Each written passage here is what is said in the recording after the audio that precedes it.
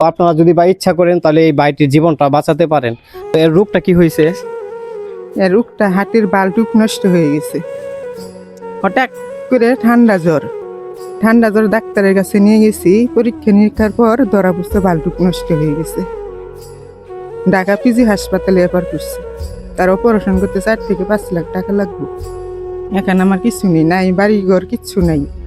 আমার ওইরকম সমর্থন নেই চিকিৎসা করার মতন। যদি পারেন আপনারা একটু সহযোগিতা করেন আমার।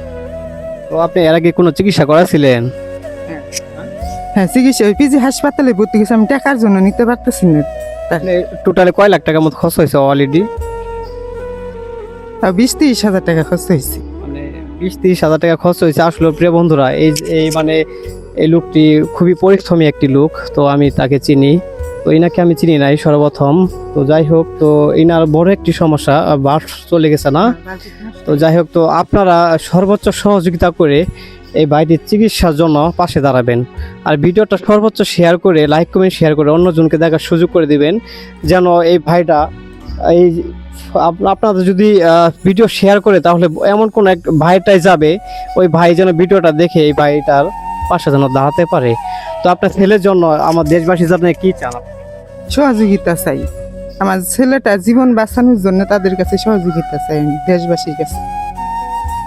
আসলে একটা মানুষ কিন্তু সহজে ক্যামেরার সামনে আসে না ভাই। যখন যার দেওয়ালে পেট ঠিক আছে তখন কিন্তু সে ক্যামেরার সামনে আসে। আসলে একটি লজ্জাবোধ তো করা কিচ্ছু নাই, পরিস্থিতি শিকার। তো আপনারা যদি বা ইচ্ছা করেন তাহলে এই ভাইটির জীবনটা বাঁচাতে পারেন। তোমার কি কষ্ট হয়? না, অরান করে।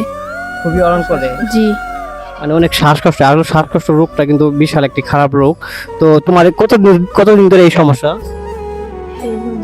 5-6 মাস ধরে। 5-6 মাস ধরে না? তো প্রিয় বন্ধুরা, তো আমি স্ক্রিনে দেওয়া নাম্বারটি দিয়ে দিচ্ছি। তো নাম্বারটি হলো ইনাদের বিকাশ নাম্বার বা নগদ নাম্বার আমি দিয়ে দিচ্ছি। তো আপনারা সর্বোচ্চ সহযোগিতা করে এই ফ্যামিলির পাশে দাঁড়াবেন। ধন্যবাদ সকলকে ভিডিওটি দেখার জন্য।